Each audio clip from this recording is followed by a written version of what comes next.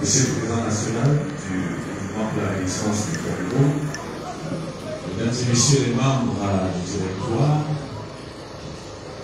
chers professionnels des médias, Mesdames et Messieurs les journalistes, Mesdames et Messieurs les hauts responsables du parti, voici donc le moment de cette conférence de presse dont la teneur va être déroulée par le Président national, professeur Maurice Kamto. Je vous invite donc à suivre attentivement cette première partie. Ensuite, nous aurons la phase d'échange, questions-réponses qui sera structurée. Donc,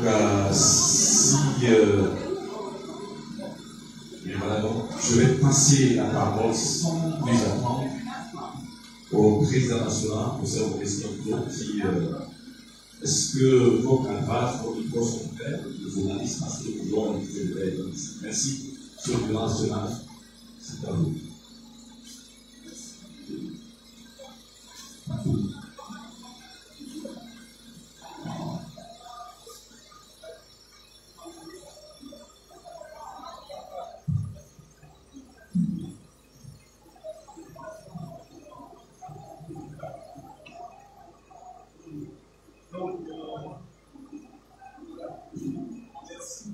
Nous entendons.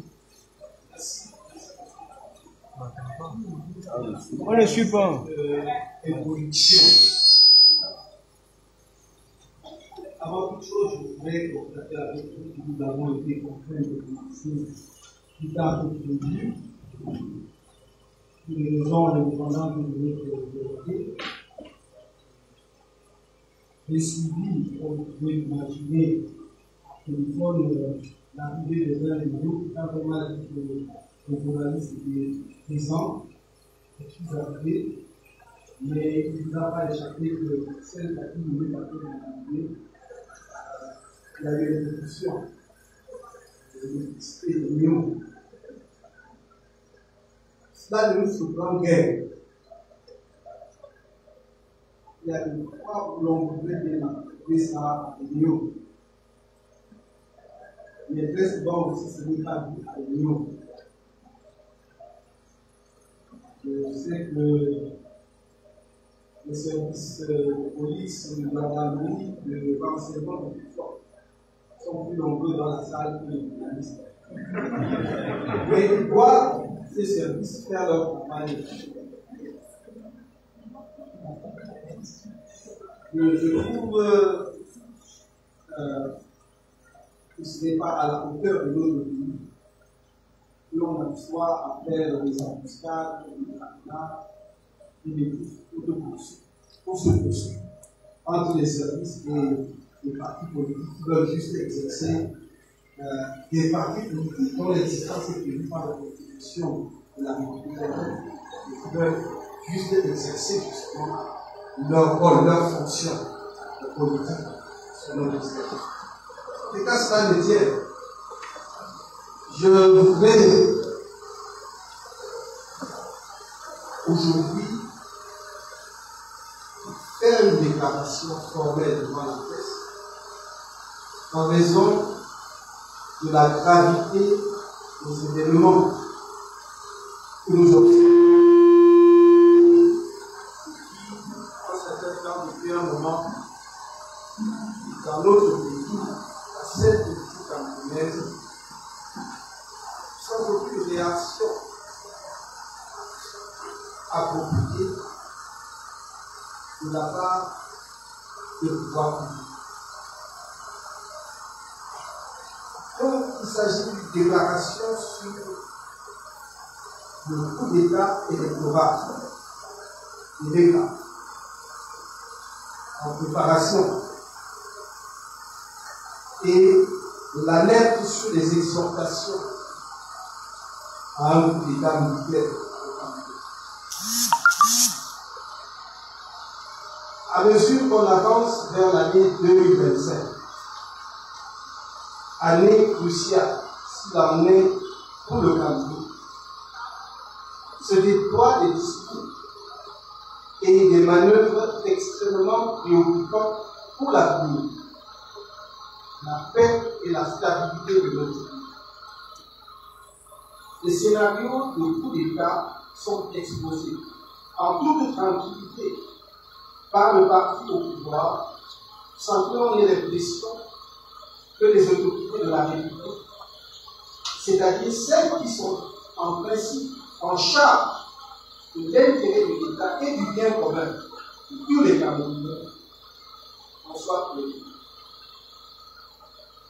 La partie complice de ces autorités nous amène aujourd'hui à une situation où l'on est devant deux scénarios de coup d'État.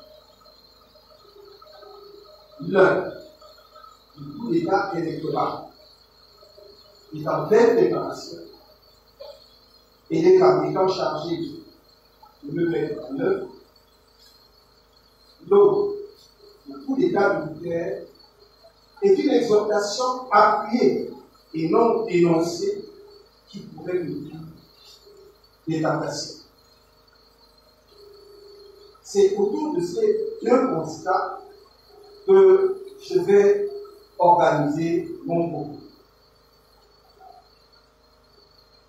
À travers les différentes élections attendues au cours de l'année qui vient, élections municipales, législatives et présidentielles, les Camerounais auront l'occasion exceptionnelle de se débarrasser par les urnes et dans la paix d'un régime qui ne leur a épargné ni souffrance, ni humiliation, ni injustice de toutes sortes depuis plusieurs décennies.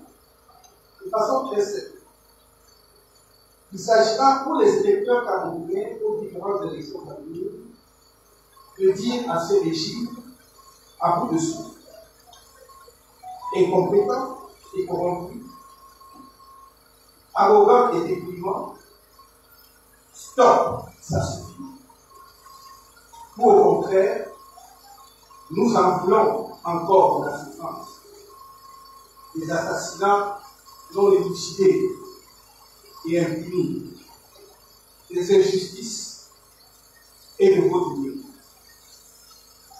Ce sera un vote pour la dignité et la renaissance ou pour la résignation et le désespoir. Conscient des enjeux de ces élections qui se profilent à l'horizon et donc il entrevoit l'issue au regard de l'extraordinaire prise de conscience des Camerounais, le pouvoir appelé et paniqué fait feu de tout mois. Mais pour tenter de conjurer le sort qui mérite au regard de la situation désastreuse dans laquelle il a plongé le pays, et que les vieilles recettes, comme le tribalisme et la corruption, ne parviennent plus à étouffer, le pouvoir s'est lancé dans la réalisation d'un coup d'État électoral identique. Oui, le directeur général de Elections Cameroun, M.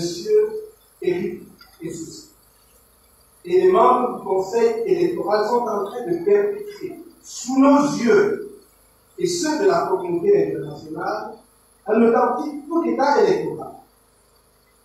L'action criminelle des organes dirigeants de cette institution et des femmes, censés être l'organisateur impartial du jeu électoral, est visible à travers les multiples violations assumées des lois électorales. Il foule au pied la Constitution du pays et les lois électorales avec l'objectif clairement affiché de permettre une fois de plus au RDPC de se révéler illégalement et illégitimement. Voici la longue liste au demeurant non exhaustive des actes illégaux posés par les dirigeants de l'État dont l'objectif politique est de fausser les résultats des prochaines élections au profit de l'Église. Et qui établit de façon indiscutable que le coup d'État électoral de l'État n'est pas une vue de l'esprit. 1. Privation de plus de la moitié des électeurs camerounais potentiels de l'exercice de leurs droits constitutionnels. Le citoyen, par le geste délibéré du corps électoral, autour de 7 millions d'électeurs depuis 10 ans, en dépit de la croissance de la population camerounaise qui est passée d'environ 20 millions d'habitants en 2012, où l'État avait annoncé que le corps électoral était déjà à 7 millions 60 000 électeurs. Environ 30 millions d'habitants en 2024, où le même État annonce à la fin du juillet le chiffre de 7 millions 144 000 électeurs. 2. Annonce préventive par le directeur général de l'État, M. Dessus, que l'extraordinaire mobilisation des Camerounais qui s'inscrivent massivement sur les listes électorales au vu de tout le monde pourrait bien s'avérer vain. C'est-à-dire ne pas modifier le corps électoral parce que, dit-il, après toilettage, sur 200 000 nouveaux inscrits, par exemple, il pouvait en rester que 50 000. 3. Violation continue de l'article 80 de la loi numéro 22/001 du 19 avril 2012 portant code électoral qui fait obligation au directeur général de l'État de publier au plus tard le 30 décembre de chaque année la liste électorale nationale, laquelle publication permet effectivement de garantir un toilettage correct du corps électoral, de corriger les erreurs et aux inscrits dont les noms n'y figurent pas, de faire les déclarations nécessaires. 4. Multiplication par l'État de divers obstacles administratifs et logistiques visant à décourager les inscriptions massives des Camerounais sur les listes électorales, telles que l'indisponibilité ou l'insuffisance des kits d'inscription, alors que l'État alloue chaque année un budget conséquent à l'État. Et alors même que le directeur général de l'État annonce depuis plusieurs mois que les kits de nouvelle génération ont été importés et attendent souvent au port. 5. L'inscription sans délivrance de récépissés aux personnes inscrites sur les listes électorales en totale violation, créant ainsi une réserve d'inscrits inconnus au nom desquels des membres du RDPC ou des personnes recrutées par ce parti vont voter pour le nom de l'Union. 6. Constat, à la fin du mois d'avril 2024, l'État n'avait toujours pas ouvert les inscriptions sur les listes électorales dans la terre. C'est-à-dire 4 mois après le délai légal qui fixe le démarrage des inscriptions le 1er janvier de chaque année, et qu'à peine commencé au début de ce mois de mai, les inscriptions sont interrompues pour cause de défectuosité récurrente. C'est le cas en Suisse, où l'ambassadeur a ordonné la suspension des inscriptions par un communiqué du 12 avril 2024 en attendant la réparation de ces événements. ou encore en Grande-Bretagne, prenant des libertés avec la vérité, l'ambassadeur a, par un communiqué daté 18 avril 2024, prétendu que les inscriptions sur les listes électorales avaient commencé le 1er janvier 2024, conformément à la loi, mais par raison du mauvais fonctionnement des fichiers, les inscriptions étaient invalides. Pourquoi veut-on priver les Camerounais de leur droit de participer au choix des citoyens de leur vote? Pourquoi veut-on priver les Camerounais de la diaspora d'un droit qui leur est reconnu par la loi de participer à l'élection présidentielle en attendant de pouvoir participer aux élections municipales?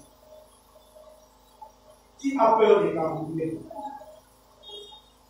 Sans doute les mêmes personnes qui, par leur gestion calamiteuse du pays, poussent la plupart d'entre eux, la plupart des Camerounais, à l'immigration et souhaitent qu'ils ne rentrent jamais le pays. Cela n'est pas ça. Ce sont des Camerounais. Et où ils ont le droit de participer à la vie de leur pays, conformément aux lois de la vie. Cette obligation faite par l'État au sein de la diaspora de présenter outre la carte consulaire et le passeport, qui est la carte consulaire, qui est l'unique pièce légale exigée. D'autres pièces, en violation de l'article 274 du Code électoral et de l'article 6